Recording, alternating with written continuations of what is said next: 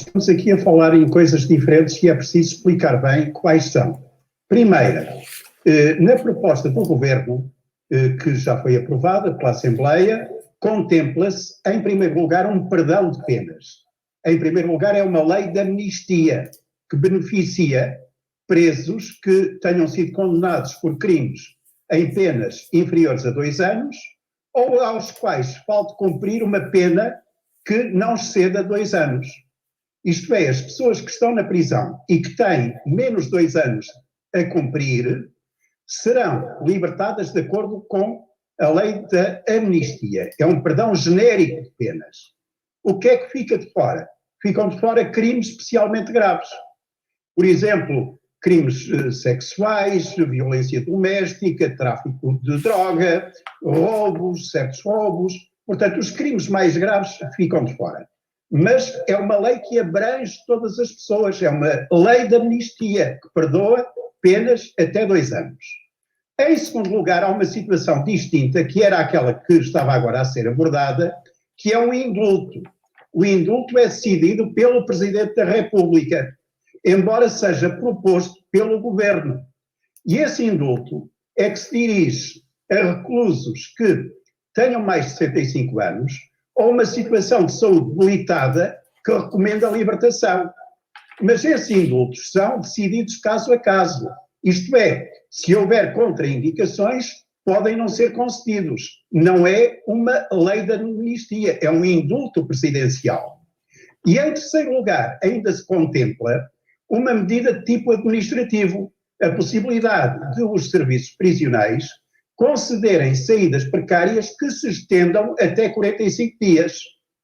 Por fim, também se prevê a possibilidade da antecipação da liberdade condicional, mas essa tem de ser decidida por um juiz, pelo Tribunal de Execução de Penas, que funciona sempre através de um juiz singular.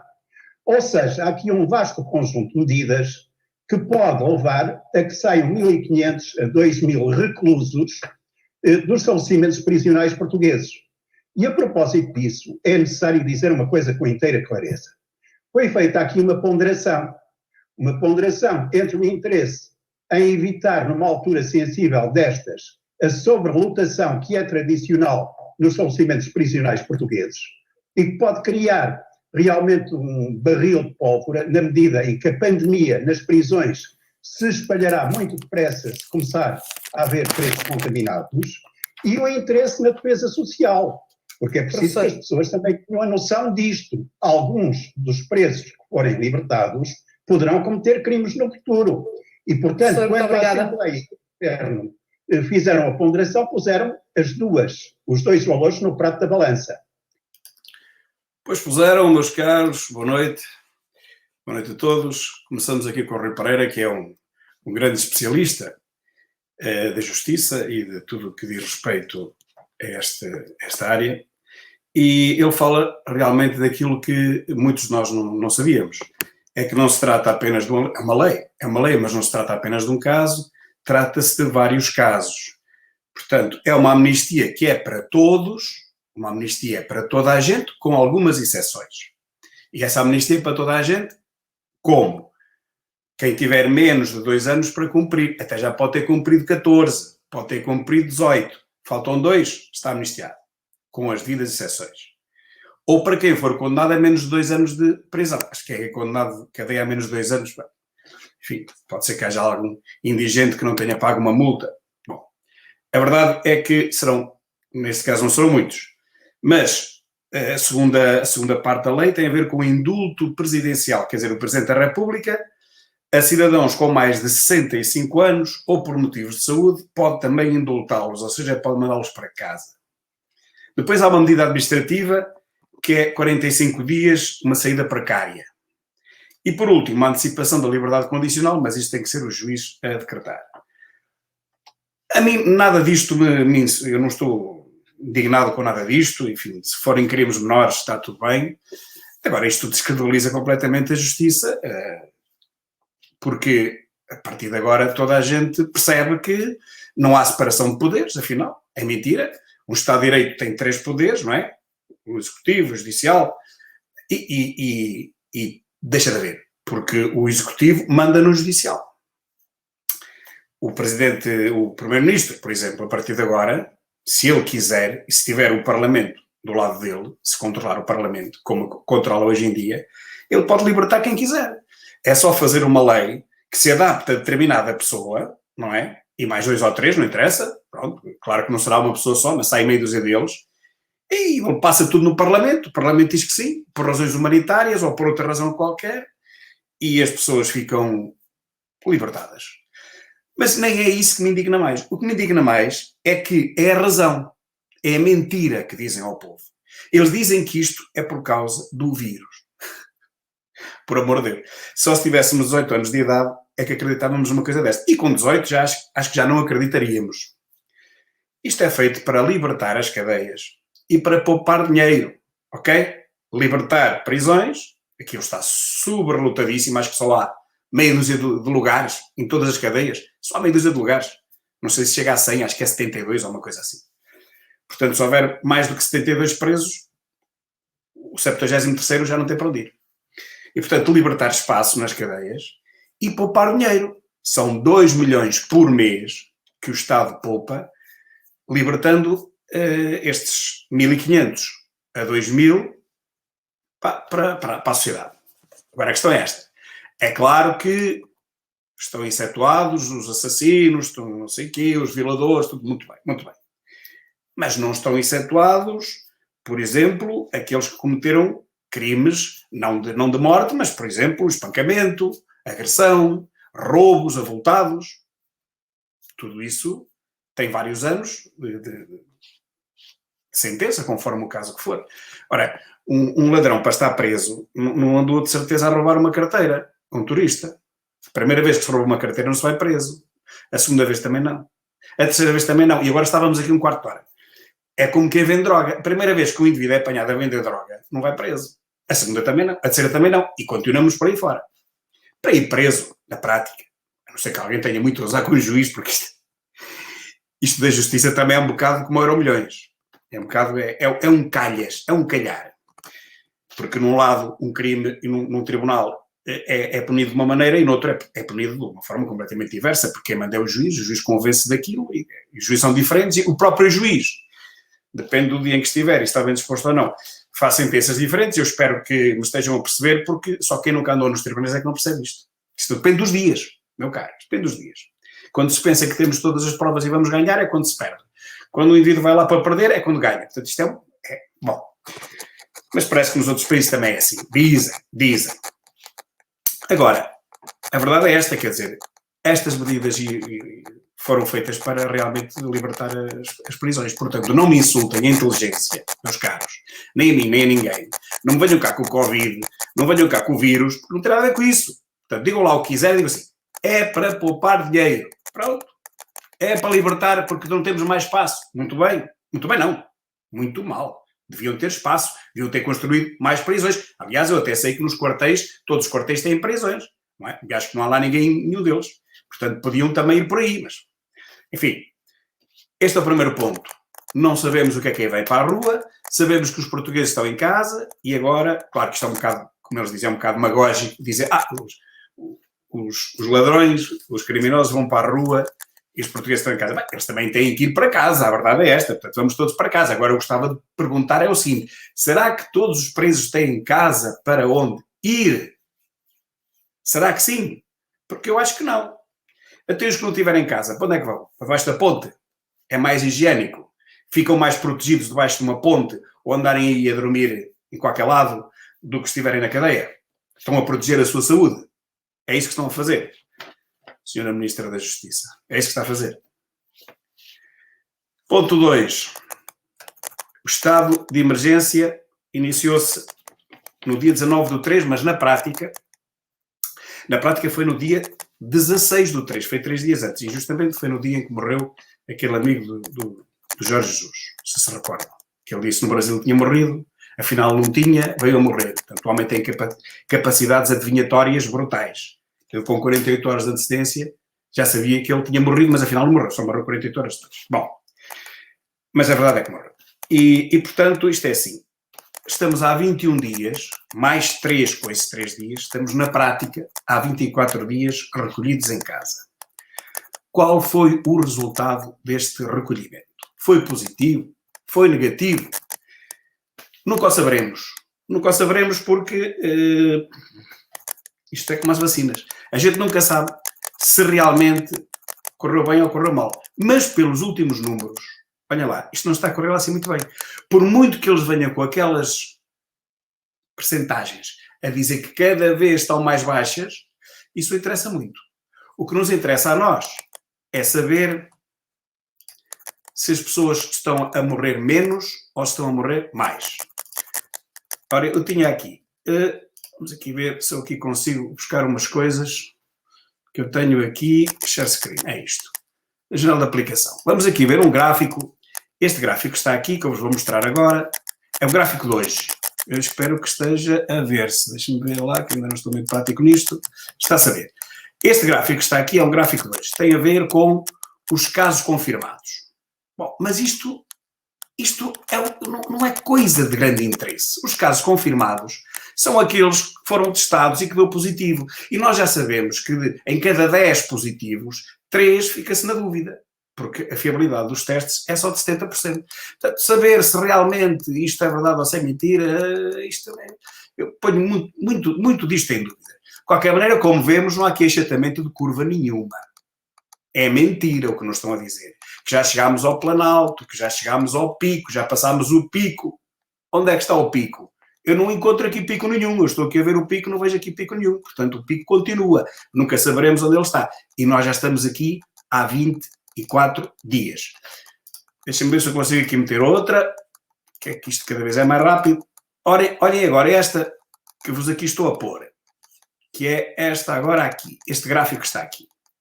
Estão a ver alguma coisa? Não, pois não. Eu também não. Eu vou tirar o banner para vocês verem. Deixa cá ver se eu consigo. Olha, estão a ver agora? O que é que os meus amigos estão a ver agora? Estão a ver uns pontinhos vermelhos que parece até uma linha reta, que parece que está tudo no zero. Não está. Não está. Nós temos aqui 409 vítimas mortais. Estes pontinhos vermelhos são o número de mortes.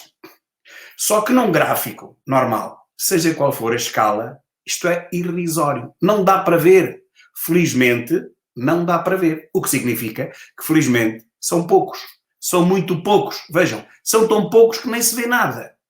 Morreram 409 pessoas.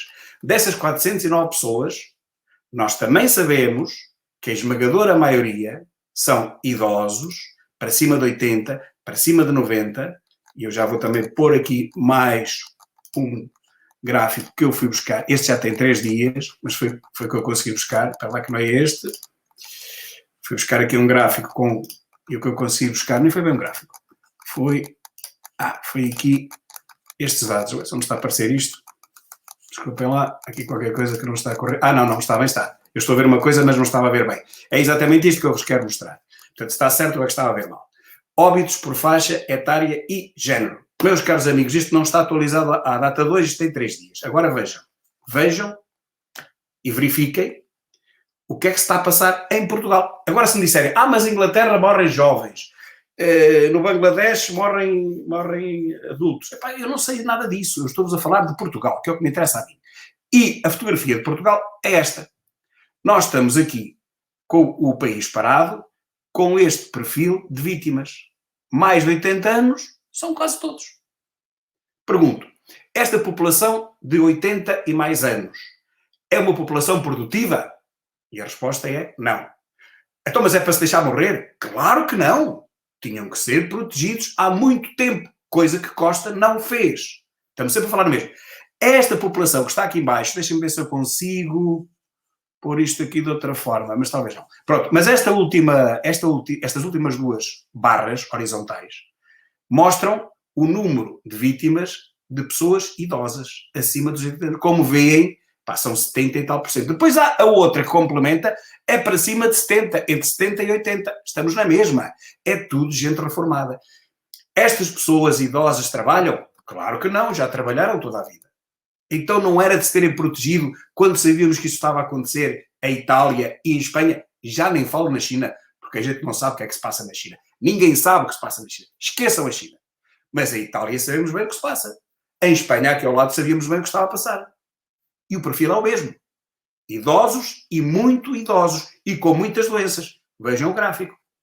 Então não era de se ter protegido todas estas 4 últimas barras horizontais, que isto é homens e mulheres. Homens e mulheres. Não era de se ter protegido? Era. Alguém os protegeu? Não. Ainda hoje, volto a dizer, ainda hoje, na maior parte dos lares, não há ninguém que tenha feito testes. E eu, mais uma vez, digo, não estou nada preocupado, porque os testes são tão falíveis que isso vai dar o mesmo. Mas é para verem o perfil.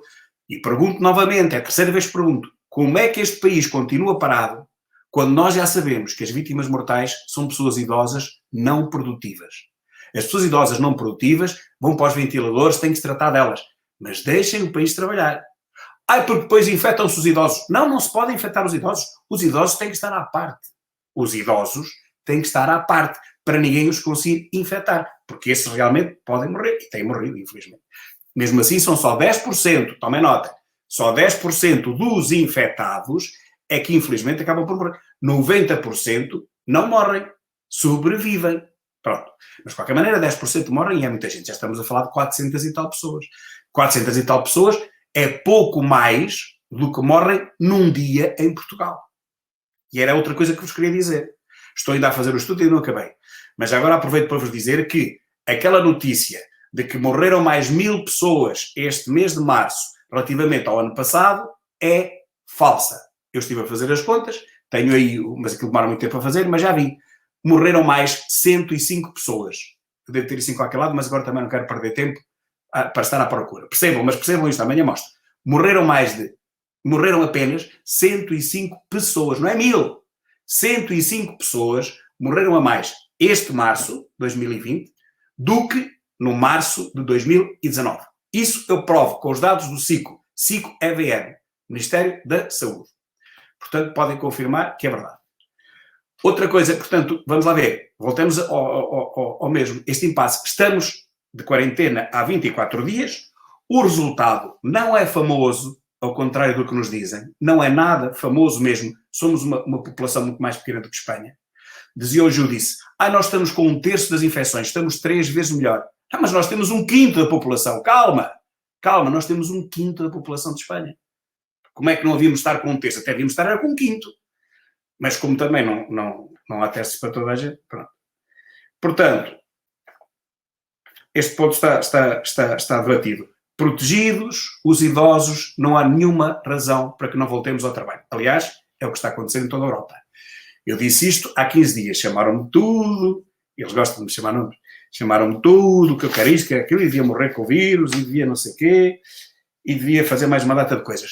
Antes de passar para o próximo tema, que isto tem que ser assim um bocado rápido, senão fica chato, eu vou-vos mostrar um outro gráfico que ontem, por algum motivo, não consegui pôr, que era este, que é este.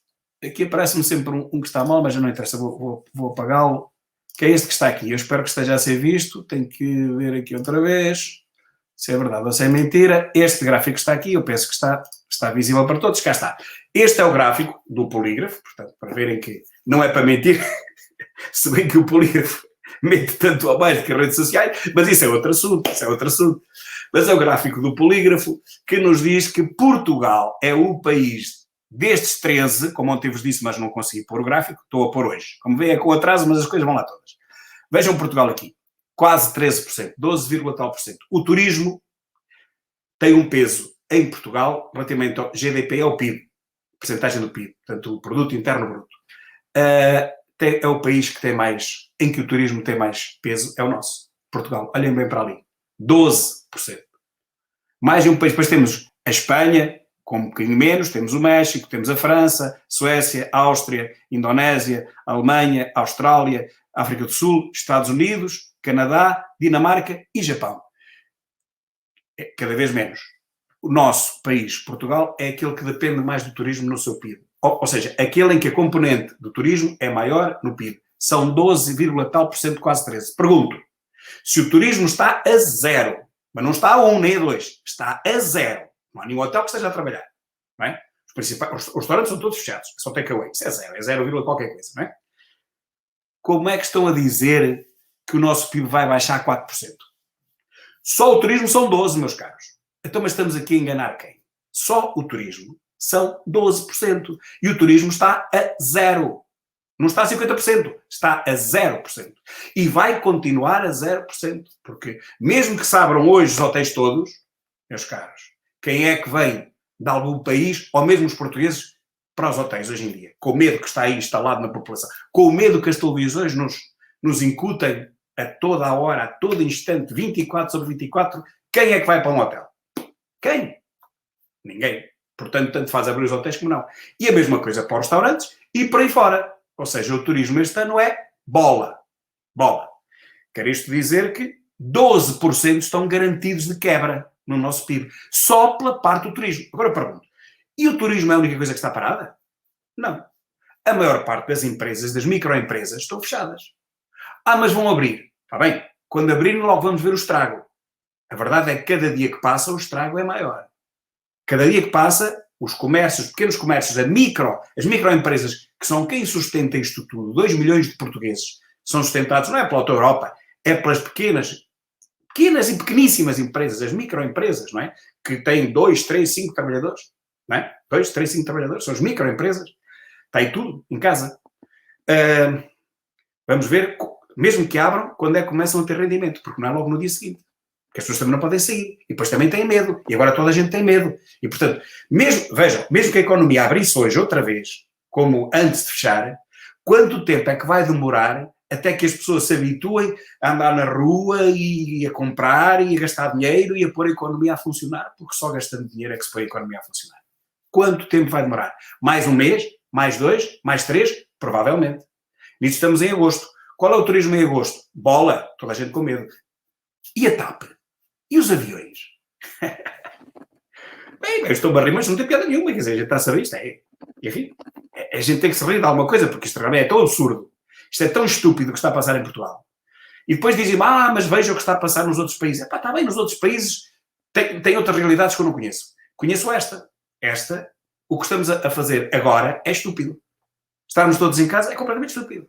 Até porque, segundo os especialistas, não é? É preciso que haja tal contaminação, a tal imunidade de grupo. Com todos em casa todos os dias não é imunidade nenhuma. Seguindo para a frente. Deixa cá ver o que é que eu tenho aqui mais para vos mostrar. Portanto, para acabar o ponto que era este.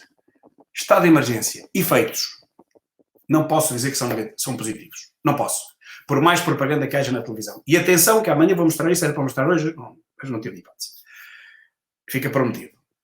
Estas taxas que nos estão a dizer, cada vez são menos, são taxas de progressão. Tenho aqui uma coisa para vos mostrar. Sim.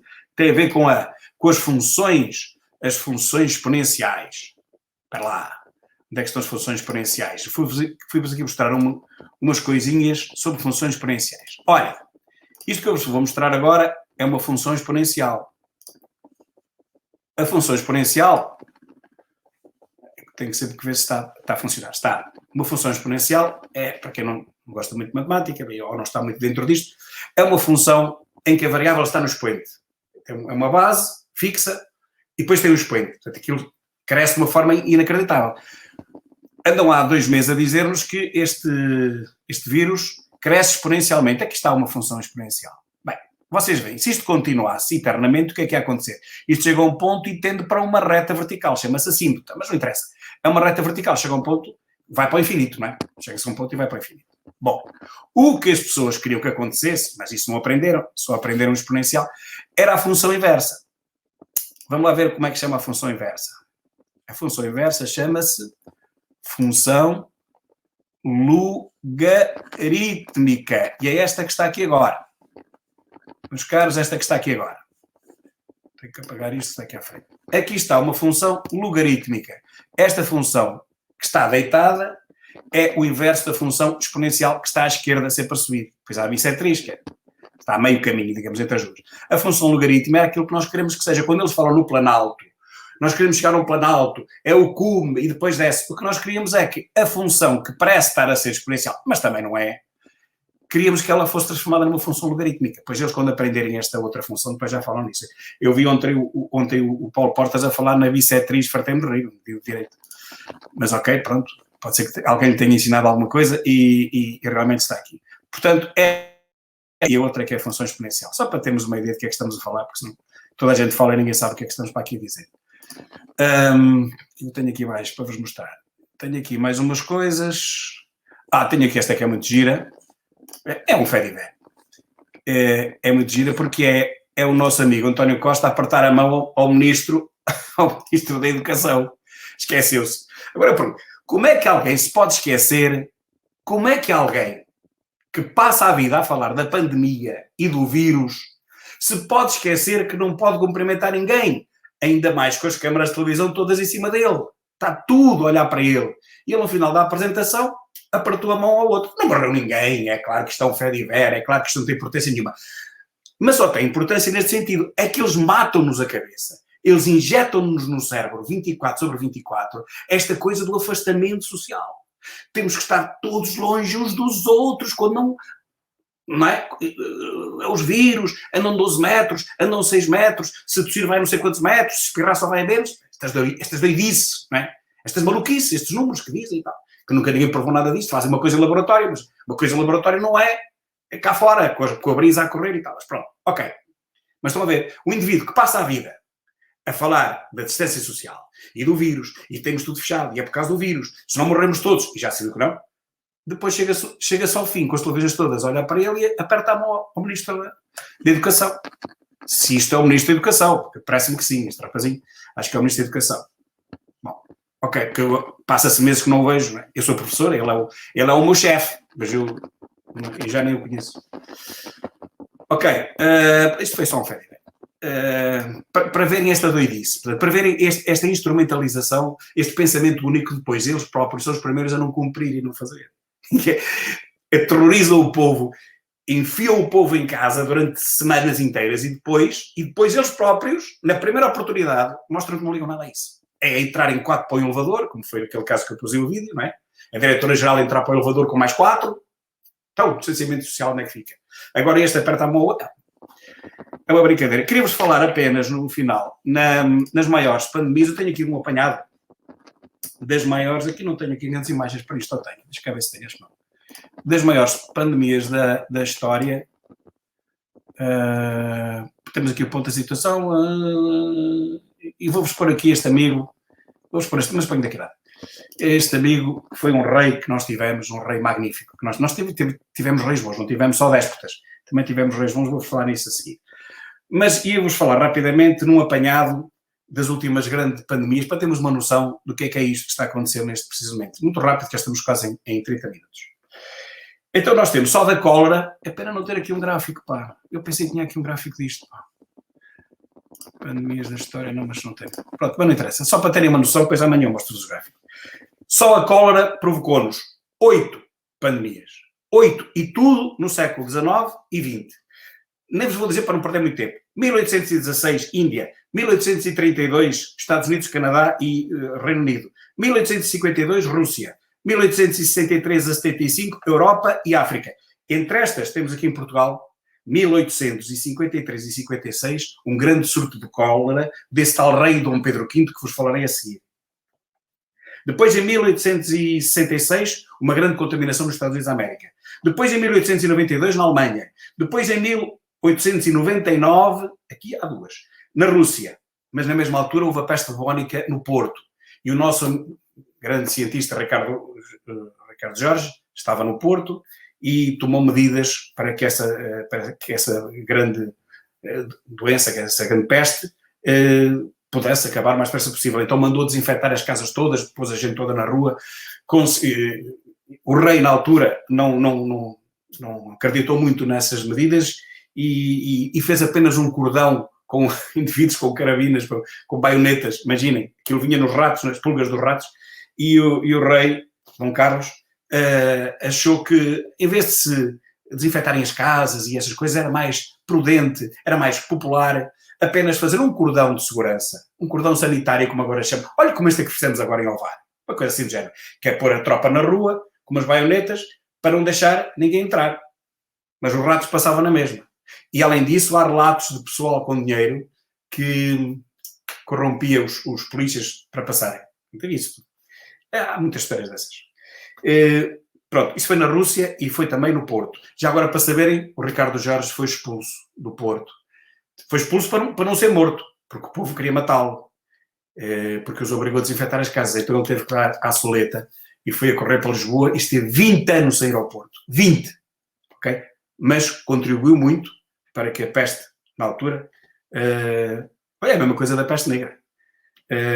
A peste negra tem 3 variantes, mas não vou entrar por aí. É parte linfática só, é peste negra. E esteve 20 anos sem ir ao Porto, porque senão matavam-no lá. Vejam bem, Portugal não mudou muito desde lá até agora. E depois, em 1961, já era nascido, na Indonésia, Índia e União Soviética. Estamos a falar, meus caros, prestem atenção, estamos a falar de milhões de mortos. Milhões! Cada uma destas epidemias, pandemias, só da cólera foram 8, desde 1816 a 1961. Foram milhões, ninguém sabe quantos. Ninguém sabe quantos. Mas se disserem 50, não andam longe. Foram mais até. Pronto. Mas antes disso, tinha havido uma grande peste. E também vos vou falar sobre isso muito rapidamente, já estamos com 30 minutos. Desculpem, tem que ser mais rápido. Tivemos a peste negra em Portugal também. Em 1349 até 1352. Reinava Dom Afonso IV, o mau. Dom Afonso IV era pai, como sabem, de Dom Pedro, que casou ou não com a bela Inês. Diziam que não, depois ela apareceu com uma certidão a dizer que sim, o bispo também disse que sim. A Inês foi morta em 1355, foi logo depois da peste. Estão a ver? A grande preocupação de Pedro e Inês, se calhar não era aquele amor platónico, se calhar era mais a peste, porque era isso que matava 1/3 da população da Europa e de Portugal. Foi uma razia nos campos. Morreu tudo, percebe? Ora bem, foi nessa altura do grande romance de Pedro e Inês. É a única coisa que nos contam. Não nos fala da peste negra. Essa peste negra, só por curiosidade, veio para Portugal através de navios, sabem de onde? Da China. Navios mercantes chineses. Há lá coincidências do diabo. Bom, em 1853 e até 56 houve um grande surto de cólera.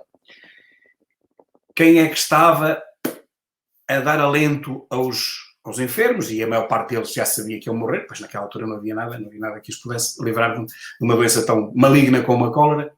O nosso rei Dom Pedro V, um rei que morreu com 24 anos, o muito amado, um rei que, ao contrário de toda a corte, que fugiu, uns fugiram para a outra margem, outros fugiram para Mafra, outros fugiram para Santarém, e ele ficou sempre ali nas enfermarias, as quais, muitas deles, e hospitais públicos, ele fundou com a sua esposa, Dona Estefânia, uma fidalga, uma princesa alemã.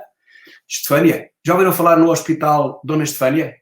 Foi em honra dela que ele construiu esse hospital. Ela tinha morrido no ano anterior. Ela só viveu 1 ano. Estiveram casados 1 ano e ela morreu com um golpe de calor. Parece que foi um golpe de calor, uma doença qualquer, ela não estava habituada ao calor de Portugal.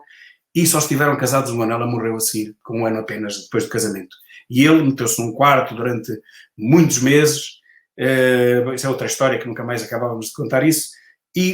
Mas o que interessa é que esse hospital Dona Estefânia foi em honra da mulher de Dom Pedro V que foi feito. E para além desse hospital fez muitos outros que já não existem hoje e muitas instituições chamadas na altura de caridade, mas sem nenhum contexto negativo. Caridade mesmo porque eram muitos pobres e quem tinha dinheiro tinha que dar aos mais pobres. Não tem nada de presunçoso, não tem nada. Pronto. Olha, basicamente era para vos dizer que, e aqui muito mais coisas, mas já vamos com 33 minutos, para vos dizer que esta pandemia que nós temos agora é uma brincadeira ao pé da mais fraca de todas as pandemias do século XIX, XX, já não falo na peste negra do século XIV, já não falo nisso, está bem? Falo só destas últimas. Só no século XX houve várias, eu tinha aqui... Não falo na gripe espanhola, a gripe espanhola foram entre 50 milhões a 130 milhões. Alguns historiadores falam em 130, porque não é só a gripe, pois é o que veio a seguir, não é? Mas agora, a gripe espanhola 18 e 19, que afetou a segunda vaga, sobretudo crianças até aos 4 anos e adultos dos 25 aos 34 anos. A primeira vaga tinha afetado os mais idosos. A segunda vaga, outra estirpe. Foi só jovens. Como eu disse no último vídeo, uns dizem que foi porque eles reagiram muito fortes, não é? Os jovens são fortes e reagiram demais. Outros dizem que os velhotes já tinham apanhado já estavam imunes, estão a ver? Já estavam imunes porque tinham apanhado a anterior, mas não era a espanhola, uma de 1899, a anterior, que também tinha andado por aí. E pronto, tivemos a gripe asiática de 1957, tivemos a gripe de Hong Kong de 1968, a asiática matou 4 milhões, a de Hong Kong, que já ninguém se lembra, matou 2 milhões, e no século XXI tivemos a gripe das aves, já não foi muito forte, matou umas dezenas de milhares apenas, e a gripe suína, 2009. Meus caros, qualquer uma destas gripes, mesmo as mais fracas, já mataram mais gente. Talvez a gripe asiática e a suína não, porque já vamos com 80 e tal mil, não é? Estamos mais ou menos empatados, também ninguém sabe ao certo se estes números são verdadeiros, e depois muita gente morre a seguir, ainda com resquícios da pandemia anterior, com outras doenças que desenvolvem. Portanto, mas é só para dizer que não vale a pena estarmos com as mãos na cabeça e o mundo parado pela primeira vez, o mundo parado é pela primeira vez na história, por uma gripe, chamem-lhe o que quiserem, um vírus, que até agora só matou uma pequenina percentagem relativamente às grandes pestes e às grandes doenças planetárias.